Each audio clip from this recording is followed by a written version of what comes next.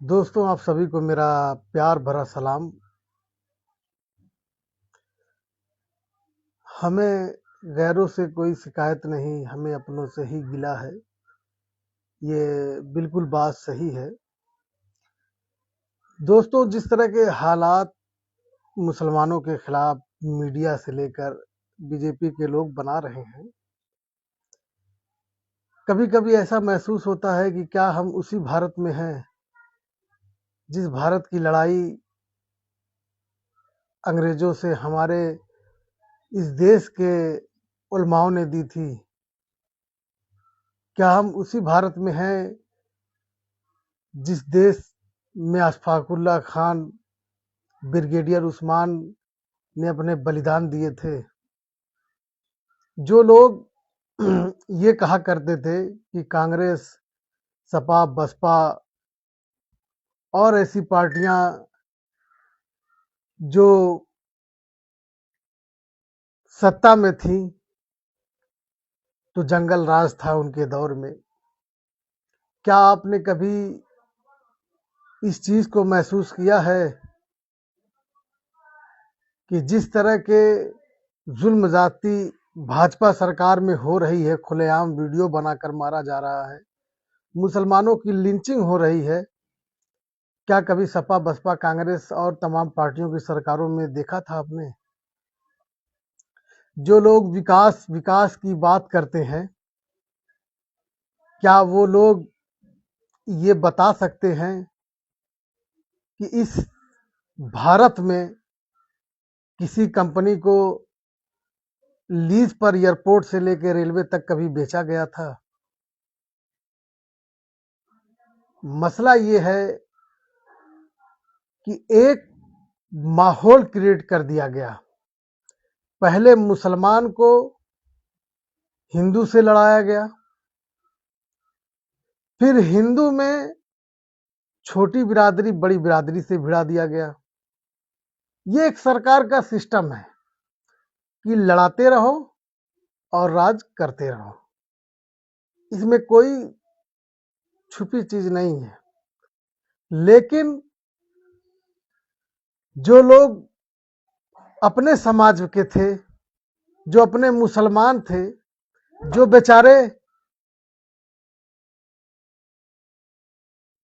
बेचारे कसीदे पढ़ा करते थे बीजेपी के, उनसे मैं ये पूछना चाहता हूं कि भैया, तुम कहां सोए हो?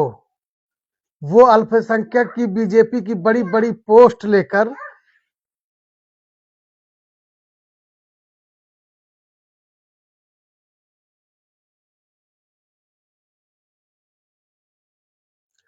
वो कहां सोए हैं? अरे भैया बोलो।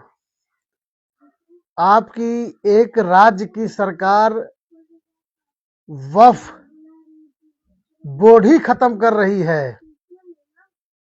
भैया उस पे कुछ बोलो। बीजेपी के मुसलमान कायदे मिल्लत, सपा बसपा की मां बहन, मुसलमानों की मां बहन करने वाले भाजपा के और पक्के मुसलमान, अरे भैया बोलो। मंत्री जी कहाँ हैं?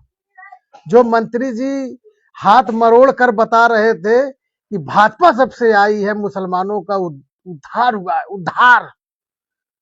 अरे मंत्री जी बताइए, कितना उद्धार हो गया कि वह बॉर्डर खत्म कर दिया जा रहा है मुसलमानों का? अरे कौन सा उद्धार? हाँ, उद्धार भाजपा सरकार आने पर एक मुसलमानों का हुआ है कि उनसे उनकी मजहब पूछा जाएगा, तब उनको दुकान खोलने दिया जाएगा। उनसे ठेले वाले से मजहब पूछा जाएगा, तब उनको काम करने दिया जाएगा। ये बीजेपी सरकार आने के फायदे हैं। दलितों को पेशाब पिलाया जाएगा, ये बीजेपी सरकार आने के फायदे हैं। तो मुझे उनसे मतलब नहीं है। मुझे उन मुसलमान नेताओं से मतलब है जो बता रहे थे चश्मा लगाकर एक इंटरव्यू में, बेचारे अल्लाह पाक उनको जन्नत में भी आला मकाम दे और जैसा करके जाए इस दुनिया में भी मुकाम दे। वो बेचारे बता रहे थे मंत्री जी और बीजेपी के अल्पसंख्यक के राष्ट्रीय मतलब जो हिंदुस्तान लेवल की पोस्ट है उसके कोई सिद्दीकी साहब हैं। मैं तो ये जानता नहीं हूँ बेचारे, इतना तो मुझे पता है कि अगर बीजेपी से वो कहीं चुनाव लड़ जाए मुस्लिम बाहुल सीट से, तो मैं इतना जानता हूँ कि लोग उनको 2 ही 4 वोट दे देंगे, उनके घर का ही मिल सकता है, उससे ज्यादा और कुछ नहीं। उसकी वजह क्या है? देखिए, सियासत करिए, आज मुसलमानों के साथ जो ये चीजें हो रही है इसकी सबसे बड़ी वजह क्या है कि हम अपने बच्चों को बचाने के लिए दूसरे मुस्लिम के बच्चे को फंसाने के लिए तैयार रहते हैं, और फिर हम नमाज में ये दुआ करते हैं कि अल्लाह पाक हमारी औलाद को कामयाबी दे, कि अल्लाह पाक हमारी औलाद को दौलत दे, सेहत दे।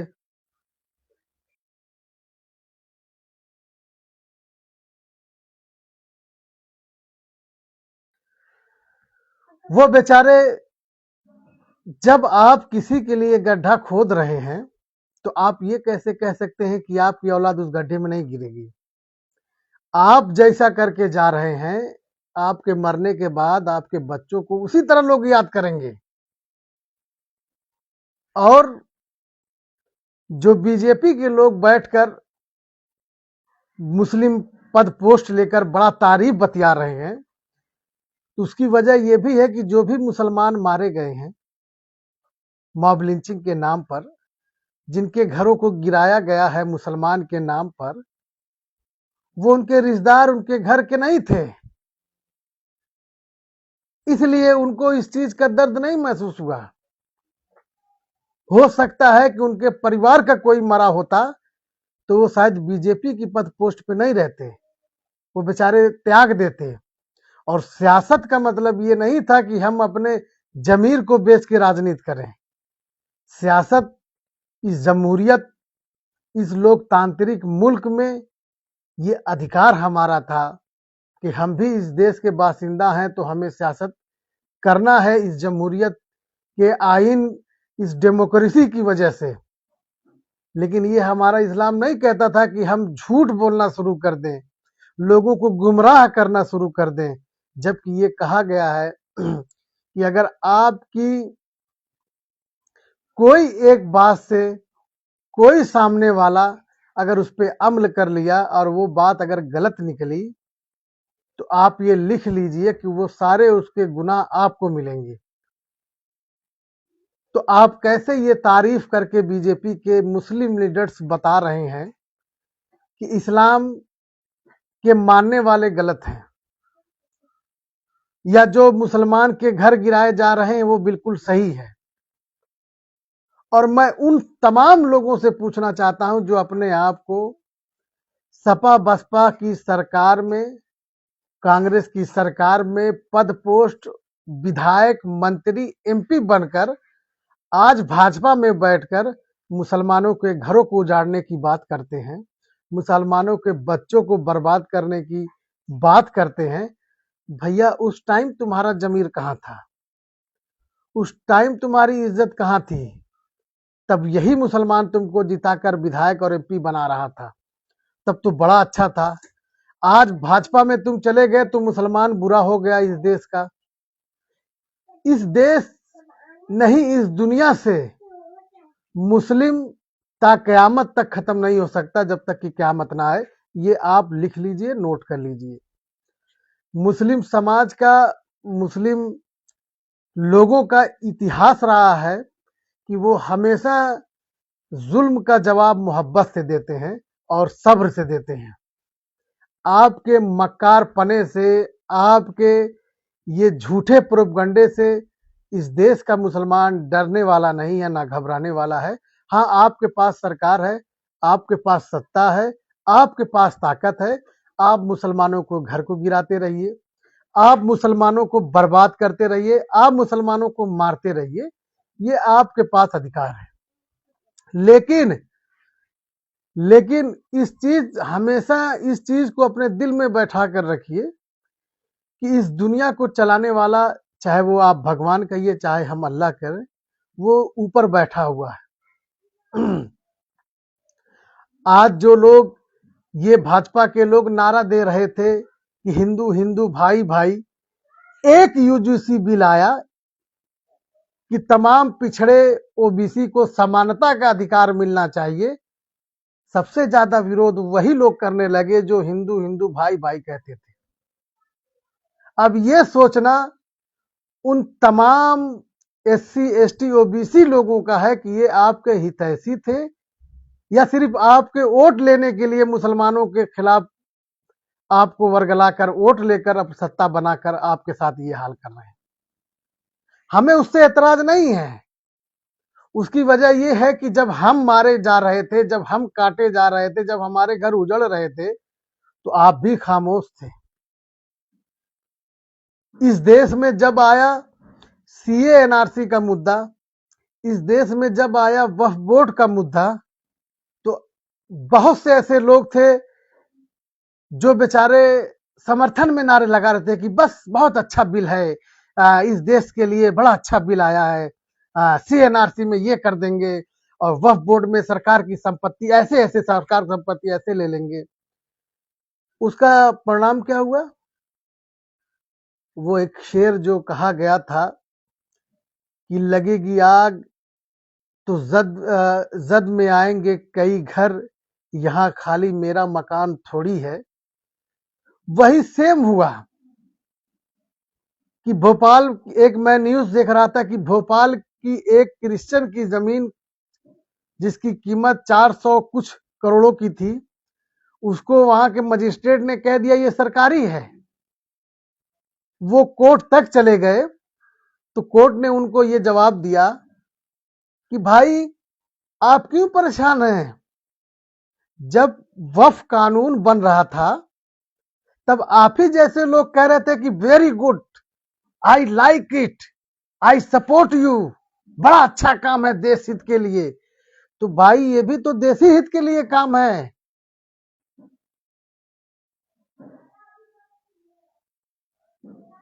तो बात को समझिए। आज यूजीसी का विरोध वो लोग कर रहे हैं जो कभी एससी एसटी ओबीसी को पसंद नहीं करते थे। आज एक बिल आने से उनका चेहरा समाज में जागरूक हो गया।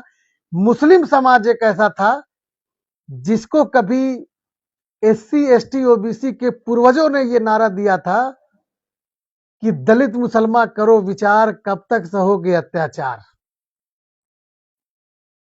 ऐसे ही ये नारा नहीं दिया गया था, लेकिन उल्टा उसका हो गया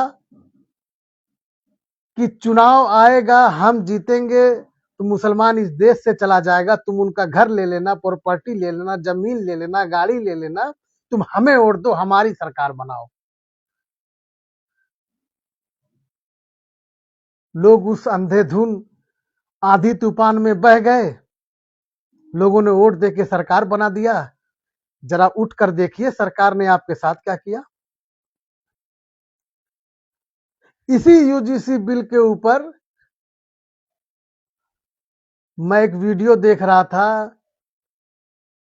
कि कुछ बड़े जाति के लोग नारा लगा रहे थे हमारे देश के प्रधानमंत्री के खिलाफ कि इसी यूजीसी पर तुझको बता देंगे। और यही सेम नारा जेएनयू में लोग बता रहे थे कि लगा था। तो मीडिया इतना चलाया, इतना चलाया, इतना चलाया कि जेएनयू को बर्बाद कर दिया जाए, तोड़ दिया जाए, काट दिया जाए। उसकी वजह पता क्या है? उसकी वजह एक है, जहां एससी एसटी ओबीसी का मैटर आएगा उसके आंदोलन को नहीं दिखाया जाएगा। जहां पर मुसलमानों का मैटर आएगा उसके आंदोलन को नहीं दिखाया जाएगा। आंदोलन वो दिखाया जाएगा कि बड़ी जाति के लोग ये देखिए फला चीज की है। इसी अयोध्या में समाजवादी से जुड़े हुए एक नेता थे मोइन खान। उनके घर में काम करने वाली नौकरानी, किसी से आपसी विवाद था। भाजपा सरकार में एक फायदा हुआ, किसी को मारना हो, किसी को बर्बाद करना हो, किसी को कुछ करना हो, आप बस नारा लगा दीजिए और भाजपा के पदाधिकारी बना दीजिए और थाने में ये बता दिए कि साहब ये चोर हैं। बस तुरंत उनके घर बुलडोजर, साफ एकदम खत्म, इंसाफ मिल गया।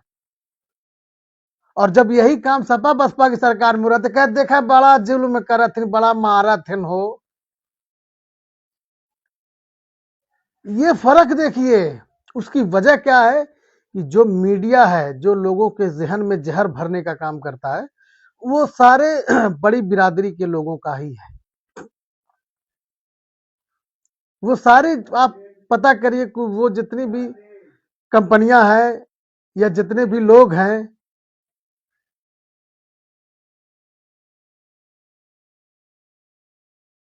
वो जितनी भी कंपनियों के मालिक हैं, वो तमाम लोग बड़ी बिरादरी के हैं। तो इसलिए वो न्यूज भी वो दिखाते हैं जिससे समाज में नफरत पैदा हो, वो मुस्लिम के खिलाफ, SC ST के खिलाफ, OBC के खिलाफ। तो मोइन खान का घर इसलिए गिरा दिया गया कि एक नौकरानी ने उनके ऊपर आरोप लगा दिया, और अभी आरोप सिद्ध नहीं हुआ, उस आरोप को कोर्ट से कोई दंड नहीं मिला आरोपी को, और ना ये प्रमाण हुआ कि हाँ ये आरोपी हैं, और ना ये सिद्ध हुआ कोर्ट से कि ये मुलजिम है। भाजपा सरकार जो हक और इंसाफ की बात करती है, जो भाजपा सरकार में बैठा हुआ मुसलमान, जो मुसलमान को काटने के लिए बैठा हुआ है, उन दोगलों ने एक बार ये आवाज नहीं लगाई कि नहीं ये बुलडोजर की कार्रवाई अभी गलत हो रही है, जब तक कि ये आरोप और आरोपी कोर्ट से सिद्ध ना हो जाए कि ये आरोपी है। उसको घर क्यों गिरा दिया गया, उसके मैरिज हॉल को गिरा दिया गया, और लास्ट में क्या होता है कि 6 महीने बाद कोर्ट से वही मोइन खान बाइज्जत बरी हो गया। अब मुझे वो भाजपा का मुसलमान, चाहे वो मंत्री दानिश आजाद हो, चाहे वो तमाम ऐसे जो मुसलमान नेता हैं, मैं तो जानता ही नहीं ऐसे नेताओं को, इसलिए कि मेरा तो उन लोगों को देखने का मन नहीं करता है जो अपने पद पोस्ट के लिए अपना जमीर बेचकर वहां बैठे हैं।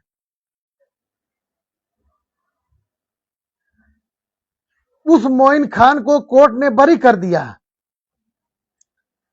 अब क्या तुम अपने पास से, या तुम्हारी बीजेपी सरकार जो इंसाफ की बात करती है कि हम यहां से जुल्म, अत्याचार और गुंडागर्दी खत्म कर देंगे, क्या वो मोइन खान का घर वापस कर देगी? क्या मोइन खान की प्रॉपर्टी के जो बुलडोजर चलाए चीजें वापस कर देगी?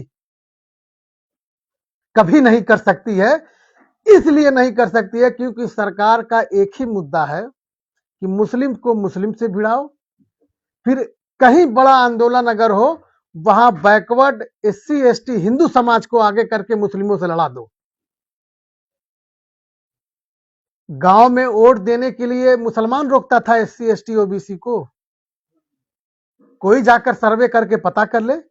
और SC ST समाज के लोग, OBC समाज के लोग जो आज भांग पी के सो रहे हैं, देखो तुम्हारे साथ क्या हो रहा है। तुम इस गुमान में मत रहो कि मुसलमानों को बर्बाद कर दिया जाएगा। मुसलमान बहुत लड़ाका कौम है, और वो सिर्फ अल्लाह से डरती है, इंसान से और सरकार से नहीं। आप हमें करते रहिए, हमारा ये अकीदा है कि जब तक ऊपर वाला हमारे साथ बुरा नहीं चाहेगा, दुनिया के लोग नहीं कर सकते। हाँ, आपकी सत्ता है, आपकी हुकूमत है, आप मुसलमानों को टार्चर करिए, मुसलमानों को बर्बाद करिए, उनके लड़कों को गोली मरवाइए, आप करिए, क्योंकि आपको हुकूमत मिली है जब तक आप जुल्म कर सकते हैं तब तक। लेकिन एक चीज ये भी आप याद रखिए कि ऊपर बैठा भगवान और अल्लाह, वो सबका एक दिन लिखा हुआ है, किसको सत्ता करनी है, किसको दुनिया में रहना है, किसको कामयाब होना है, किसको क्या होना है। तो समय बड़ा बलवान होता है। आप मुख्तार अंसारी मरहूम को माफिया तो बता रहे हैं, लेकिन ठाकुर समाज के और जो जिनके ऊपर उससे ज्यादा मुकदमे दर्ज हैं, उनको आप फरिश्ता बता रहे हैं। चाहे ब्रजेश सिंह हो, चाहे से तमाम बहुत से नेता हो। और वो भी लोग याद रखें, जिन लोगों को मुसलमान सपा बसपा कांग्रेस की सरकार में जिताकर भेजता था, बड़ी बिरादरी हिंदू बिरादरियों में आपको अपना समझकर जिताता था कि आप के परसेंटेज कम है, हम आपके साथ आएंगे, आपको जिताकर भेजेंगे। आप आज भाजपा में बैठ के मुसलमानों की कब्र खोदने का काम कर रहे हैं। तो ये सब चीजें समाज में बहुत दिनों तक नहीं चलती है। इंसान अपने कर्म से पहचाना जाता है, बिरादरी, मसलक, मजहब, जात से नहीं। लेकिन भाजपा सरकार ने एक चीज सबको बता दिया है कि हम पहचाने जाएंगे अपनी बिरादरी से। कितनी मैं मिसालें दूं, और उसकी सबसे बड़ी वजह क्या है कि हमारे मुस्लिम समाज के लोग वो बीजेपी में है, वो राष्ट्रीय मुस्लिम मंच में है। वो क्या करते हैं, मुसलमानों को ब्रेन वॉश करते हैं, वो क्या करते हैं, मुसलमानों को गुमराह करते हैं। आपका मैटर नहीं है, आप मत बोलिए, वो सपाही हैं, वो सपा में थे। भाई मैं सपा में था, मैं बसपा में था, मेरे बाप जो है मिल्ली तहरीक में थे, मेरे बाप दादा जो फलानी जगह थे। उसका मतलब ये है कि मैं भाजपा में हो गया तो मैं पेवर मुसलमान और देश का दूल्हा हो गया, और मैं अगर भाजपा छोड़कर किसी और पार्टी में हो गया तो गुनहगार हो गया। मसला सिर्फ इतना है कि भाजपा के लोग ये जानते हैं कि हमें इनसे कोई मतलब नहीं, इसीलिए आज वो अल्पसंख्यक वक्फ बोर्ड का जो वक्फ जो था, वक्फ बोर्ड जो था, उसको एक राज्य भाजपा का वो खत्म कर रहा है कि हमें इसकी जरूरत नहीं है, जबकि उस राज्य में मुसलमान मौजूद है। और अल्पसंख्यक का जो वक्फ बोर्ड था वो इसीलिए बनाया गया था कि उनकी शिक्षा के लिए, उनकी सामाजिक किसी जरूरत के लिए उस बोर्ड के जरिए से एक पैकेज बनाकर उनकी मदद की जा सके। लेकिन सरकार उसको भी खत्म कर रही है। वाह, ये इंसाफ है, ये सपा बसपा कांग्रेस ने काम किया है देश में। सपा बसपा ने ही तो अडानी जी को बेचा है पूरे देश को। और जो लोग ये बता रहे हैं ना, देखिए मैं बहुत बड़ा सियासी कोई रहनुमा या लीडर नहीं हूं, लेकिन मैं सियासत में बड़ी रुचि रखता हूं और मुझे सियासत की अल्हम्दुलिल्लाह बड़ी जानकारी है। इस देश को देखिए गुमराह कैसे किया जाता है। पहले ट्रंप ने 50% टैरिफ लगाया, लोग देश के विरोध कर गए, नहीं हम मोदी जी के साथ हैं, एकदम गलत हुआ, एकदम ये वो फला ढका। और फिर उसके बाद नहीं नहीं ठीक है 18%। सारे लोगों ने कहा मोस्ट वेलकम, ये बड़ा काम हो गया, वाह आई लाइक यू, वाह ट्रंप जी, ट्रंप जी। और जब 50% लगाया था तो जो ट्रंप जी कर रहे थे वो ट्रंप की मां बहन कर रहे थे कि गद्दार दोस्त निकला, ऐसा दोस्त निकला। लेकिन इस देश के लोगों को एक जहर जो मजहब का पिला दिया गया है ना, एक जो जड़ी बूटी उनको मजहब की डाल दी गई उनके अंदर, वो इस देश के लिए नुकसान है, जिसका फायदा बीजेपी उठाकर बिहार में अडानी ग्रुप को 1 रुपए में 1 एकड़ जमीन लीज पे दे दी। 1 रुपए में, एक रुपए में, 1 रुपए में। और ये झूठ समाज में बोल दिया गया कि वो रोजगार के लिए लगाई गई है। अरे भैया, अडानी को आपने एयरपोर्ट बेच दिया, रेलवे बेच दिया, तमाम ऐसे पानी के बंदरगाह बेच दिए। इस देश की महंगाई कम हो गई, इस देश में अमीरी आ गई। कौन सी चीज होगी जरा मुझे बता दीजिए। अरे जिस एयरपोर्ट पर सरकार के अधीन जो एयरपोर्ट चल रहे थे, जिसके पास एंट्री पर 10 रुपए 50 रुपए था, वो अडानी ग्रुप के पास जाने के पास 100 रुपया हो गया। इस देश में यही तरक्की हो गई। और हम हैं कि हम हिंदू मुसलमान फलाने ठिकाने इसी में लपटे हुए।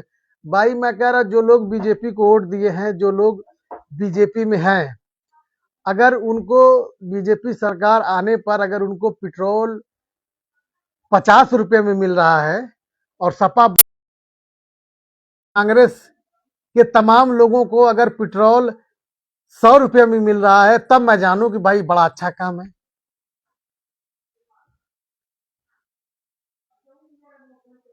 मसला इसका नहीं है, मामला मसला ये है कि आप बस ये पूछिए, ये मुझे कोई एक चीज साफ बता दे। जो लोग कहते थे कि सपा बसपा कांग्रेस और आरजेडी की सरकार में जंगल राज था, गुंडा राज था, वो मुझे एक चीज बता दे, वो मुसलमान भी बता दे और बीजेपी में बैठा हुआ मुसलमान भी बता दे और वो हिंदू भाई भी हमारा बता दे कि भाई सपा बसपा कांग्रेस की सरकार में कहीं मुसलमानों को और दलितों को वीडियो बना के मारा जाता था? उनकी हत्याएं होती थी? उनकी हत्याएं होती थी कहीं? उनकी हत्याएं कहीं होती थी वीडियो बनाकर सपा बसपा कांग्रेस के दौर में? या ये भी मुझे बता दें कि उनके सरकार में क्या कोई बजरंग दल का आदमी जाकर किसी दुकानदार से ये पूछता था कि बता बे तेरा मजहब क्या है, तेरी बिरादरी क्या है? उसको फिर लगता था मारने। या तू इस फला नाम का बोर्ड नहीं लगा सकता, या तू फला इलाके में सब्जी नहीं बेच सकता? ये कभी उन सरकारों में हुआ था? अबे भाई अब तो महंगाई इतनी चरम पर है कि बच्चों की फीस जमा करना मुश्किल हो रहा है। कोई आंदोलन नहीं कर रहा इसलिए कि कहीं मेरा घर ना गिरा दिया जाए। और यही सपा सरकार बस कांग्रेस की जब सरकार इस देश में थी तो जो अमेठी से हारी हुई मंत्री जी, प्रधानमंत्री जी को उस दौर के जो प्रधानमंत्री कांग्रेस के थे उनको और चप्पल भेजी थी गिफ्ट, चूड़ी भेज दी गई थी गिफ्ट। इस देश का ये दुर्भाग्य है कि हम अपनी बर्बादी अपने हाथों से लिख रहे हैं। हम दुबई सऊदी अरब, इस देश के बहुत से जानकार ऐसे हैं जो दुबई सऊदी अरब और फलाने देशों की बात करते हैं। अरे भाई जो वहां का मूल निवासी है उसको शिक्षा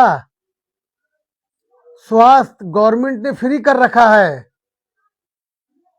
वो कितने का भी इलाज कराएं उनको पैसा नहीं लगेगा। और हमारे यहाँ क्या हाल है सरकारी हॉस्पिटलों का देख लीजिए। और मैं उन तमाम मुसलमानों से जो बीजेपी में बड़े वफादार बने घूम रहे हैं, मैं उनसे कहना चाहता हूं कि भाई आपकी वफादारी वो नहीं मानने वाले। आपके अंदर जमीर अगर होता, मेरे अंदर वो ताकत है कि मैं अगर मर के गया तो किसी के साथ अगर जुल्म हुआ होगा तो वो बच्चा मेरा हश्र के मैदान में दामन ये पकड़ के ना पूछे और ना ये कहे कि तुम बोल सकते थे फेसबुक से, तुम पोस्ट मेरे लिए लिख सकते थे कि मेरे साथ गलत हुआ है, तुमने क्यों नहीं किया? इसलिए मैं बोलता हूं और मैं बोलता वही बात हूं जो गलत है और जो गलत हो रहा है। सरकार बन जाए कोई क्या बने, मुझे उससे कोई परवाह नहीं, क्योंकि ना मेरे घर का कोई विधायक बनेगा ना कोई मेरे घर का मिनिस्टर बनेगा। लेकिन सियासत इतनी स्तर गिरा गई है अपना कि लोग अब दुकानों को भी पूछ कर वोट लगवा रहे हैं, उनको मार रहे हैं। और हम भाजपा में मुस्लिम पद पोस्ट लेकर बेचारे चुपचाप से बैठ के तमाशा देख रहे हैं। छी यार, तुम्हारे ऐसे पद पोस्ट की, अगर मैं किसी पद और किसी पोस्ट पे रहकर इंसाफ नहीं कर सकता तो क्या मतलब ऐसे पद पोस्ट का? यार हमें त्याग देना चाहिए ऐसे पद पोस्ट को कि हम अपने समाज का भला नहीं कर सकते। अपने समाज मानो सारे लोग हिंदू मुसलमान सारे, मैं ये नहीं कहता सिर्फ मुस्लिम, समाज सारे लोग का होता है।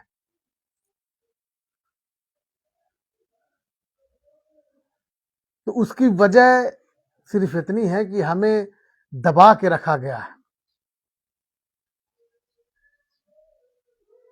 और जो लोग खूब तारीफ कर रहे थे, आज बेचारे यूजीसी पे समझ में आ गया ना आपको। घबराइए मत, हमारा नहीं कुछ होगा। हमारा कौन सा, हमें सरकार आरक्षण दे रही थी, हमें कौन सा सरकार बहुत से लाभ। अरे हमारे तो आधे परिवार के लोग, मुस्लिम समाज के इस भारत के आधे से ज्यादा लोग सऊदी अरब, दुबई, कतर, कुवैत, ओमान में उनका कारोबार है। वो बेचारे वहीं मरते हैं। वहां की गवर्नमेंट का इतना एहसान है कि जो भी वो पैसा कमाते हैं वो डायरेक्ट हिंदुस्तान आ जाता है, जिससे हमारे देश का रेवेन्यू बढ़ जाता है, जिससे हमारे देश की जीडीपी बढ़ जाती है। कहीं अगर वो सरकार इस देश के लोगों की तरह हिंदू और मुसलमान और देसी और विदेशी देखने लगती तो कहती कि आप मेरे देश से 100 रुपए कमाए हैं, 50 यहां खर्चा करिए। क्या बना रखा है, लोग समझते नहीं हैं। कुछ लोगों को खुशी होती है कि मस्जिद के सामने गाना बजा देना या उल्टा सीधा कर, ये आपका मजहब कहता है? अरे मजहब नहीं सिखाता आपस में बैर रखना। हिंदी है हम वतन के, हिंदुस्तान हमारा। लोग इस पे भी अमल नहीं कर पा रहे हैं बेचारे, क्योंकि सत्ता में बैठे हुए लोग बस लड़ाते रहो, राजनीति करते रहो। और जो लोग मुस्लिम अपने मुस्लिमों का विरोध कर रहे हैं, उनसे बस मैं इतना ही कहता हूं कि भाई तुम्हारे साथ कोई तुम्हारा दूसरा नहीं खड़ा होगा, अपने ही खड़े होंगे। तो ऐसा काम मत करो कि समाज में कल कोई साथ तुम्हारे भी कुछ हो तो कोई बोलने वाला इसलिए ना हो कि भाई ये फला पार्टी में था तब उस टाइम नहीं बोला। हमारे एक दोस्त थे, वो भी बीजेपी के अल्पसंख्यक मोर्चा के जिला उपाध्यक्ष थे। एक बेचारे बीजेपी के नेता थे, उनसे एक मैटर में बहस हो गई, बस उन्होंने अल्पसंख्यक वाले को थाने में बैठा दिया, दोनों बीजेपी के। और जब हम लोग गए पैरवी में तो दरोगा कहा कि नहीं नहीं, उसने या तो माफी मांग ले या तो मैं 151 कर दूंगा। मैं कह रहे भाई वो तो बीजेपी का, ये भी बीजेपी का, उससे मतलब नहीं है। तो बेचारे उस दिन से जब थाने से वो छूटे तो अल्पसंख्यक की पोस्ट को कहे भैया ये अल्प और संख्य लेके निकल लो भैया, अल्पसंख्यक वाले अपना लेकर निकलो, हम अपने घर पे ठीक है भैया, हमको इस तरह के राजनीति नहीं करना है। तो बेचारे अब बीजेपी छोड़ दिए, वरना हर त्योहार पे उनका फोटो लगा हुआ साल पहने हुए आ जाता था। तो जो भोग चुका है वो तो छोड़ चुका है, जिसके साथ घटनाएं हो चुकी है वो तो बेचारा छोड़ चुका है। इस देश का भी ये भी एक दुर्भाग्यपूर्ण है मैटर कि भाई इस देश में इतनी हत्याएं मॉब लिंचिंग के नाम पे हो रही है, उस पे कोई कानून नहीं बन रहा है, ना उस पे कोई आवाज उठा रहा है कि भैया एक कानून ऐसा भी बने मॉब लिंचिंग का कि अगर कोई मॉब लिंचिंग की केस में पकड़ा गया और ट्रायल कोर्ट से हुआ तो उसको फांसी ही होगी, उससे ज्यादा कुछ नहीं। अभी सारी चीजें ठीक हो जाएगी।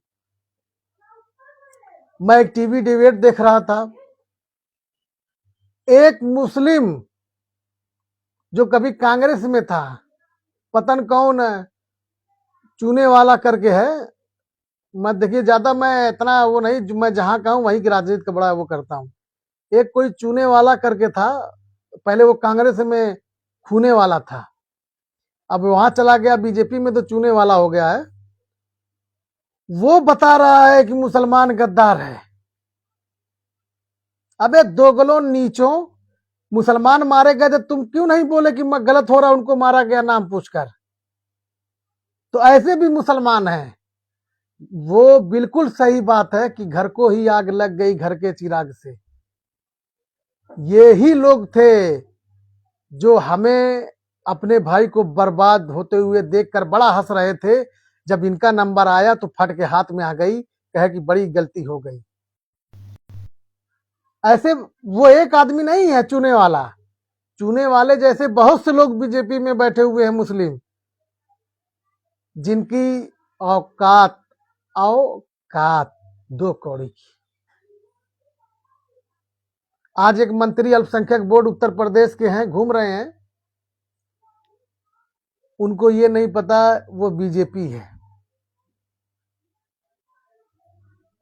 उनसे कद्दावर नेता को बीजेपी ने ठंडे बस्ते में डाल दिया।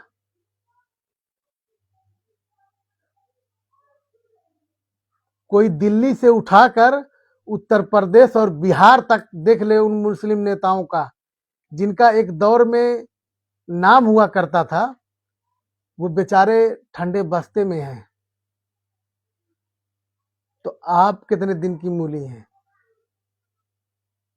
मसला ये था कि अगर वो आते तो उनके पास इतनी जानकारी थी कि वो अल्पसंख्यक समाज और अल्पसंख्यक बोर्ड को सारी चीजों को मैनेज कर देते।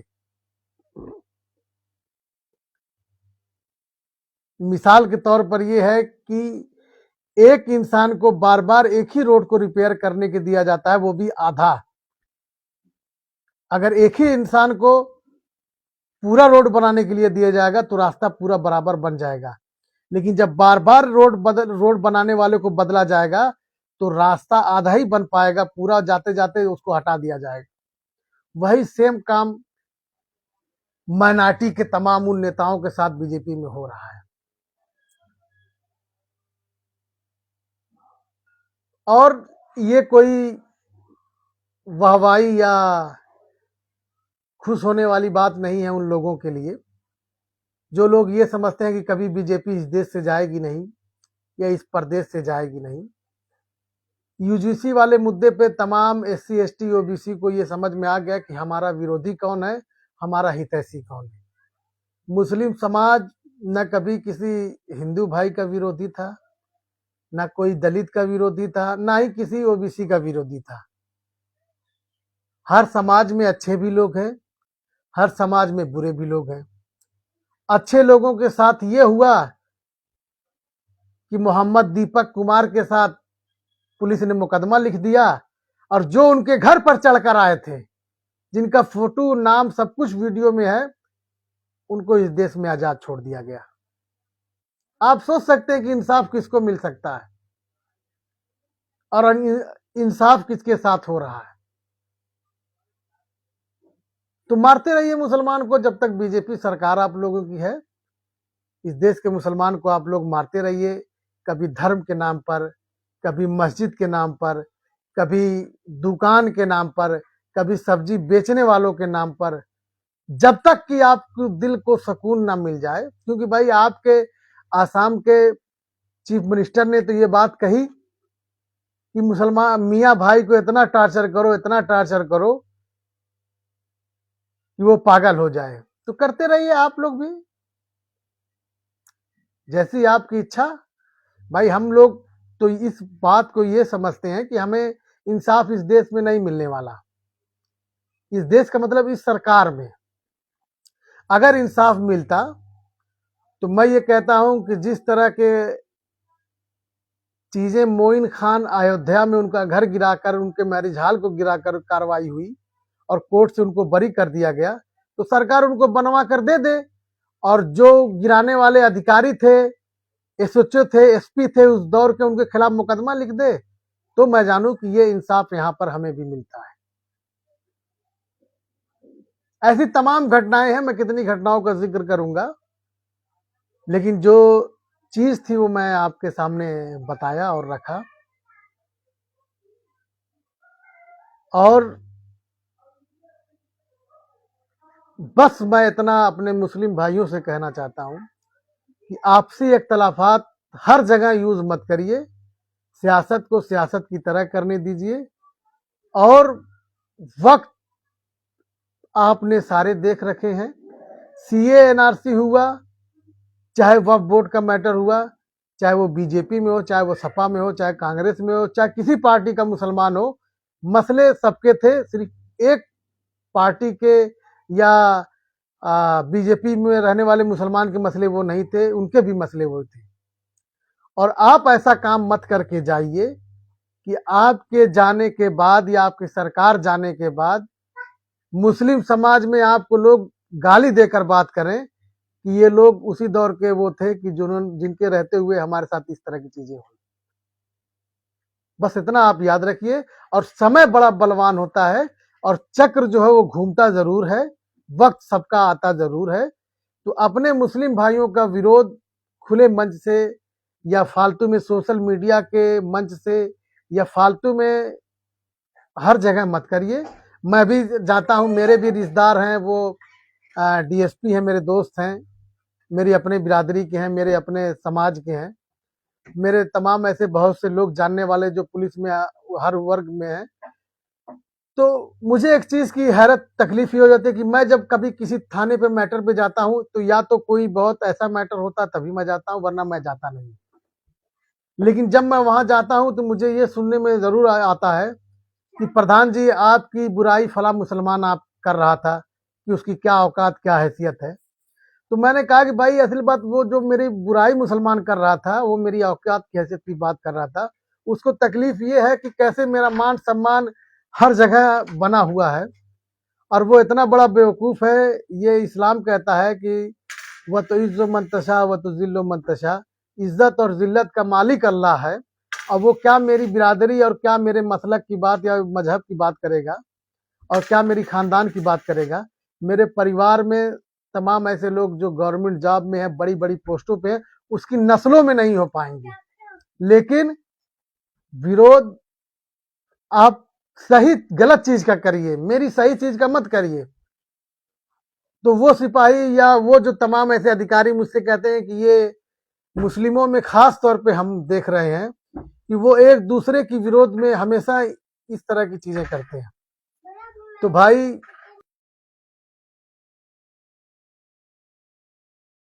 तो इस तरह की चीजें नुकसान पैदा करती है, फायदा नहीं।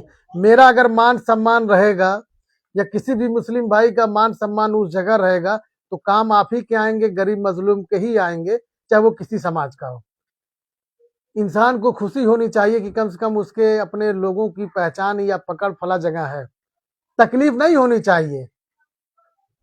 और मैं हमेशा मिली परस्त आदमी था।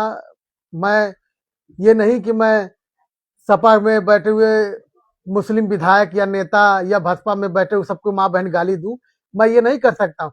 जो विरोध करने की चीजें होती है उसका मैं विरोध करता हूं।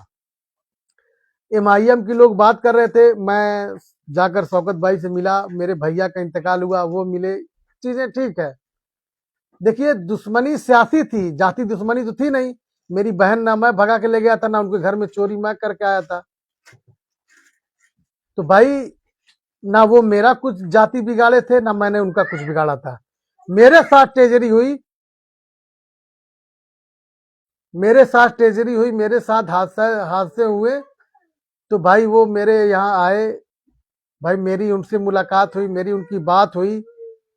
तो भाई मैं जो है उस चीज को खत्म कर दिया। हाँ, जो विरोध मेरा था वो सरामीर के लेकर और उस मुद्दे को लेकर था। तो वो चीजें ठीक है, जब उन लोगों को ना फिक्र है तो मुझे किस चीज की बिला वजह तिखारने की आदत। और अपने लोगों से, सारे लोगों से दुश्मनी लेने का ठेका सिर्फ आदिल लिए हक बोलकर। अरे भाई समाज में और भी लोग हैं, वो भी बोले, वो भी कहे। भाई मुझे जितनी ताकत हैसियत है मैं करता हूँ। और कोई मुझे ये सोच रहा है कि मैं, बहुत से ऐसे लोग सुनता हूँ कि फलाने ये कह रहे थे कि मार देंगे, पीट देंगे, फला कर देंगे। भाई देखो, मैं अच्छा भी हूँ और हरामी भी हूँ। शराफत में आपकी इज्जत भी कर सकता हूँ, हरामतपने में आपको ठीक भी कर सकता हूँ। इतनी मेरे पास ताकत है, मुझे ये बटोरना, ये लोड़ना नहीं पड़ेगा। मेरे पास अल्लाह के रहमत से सारी चीजें हैं।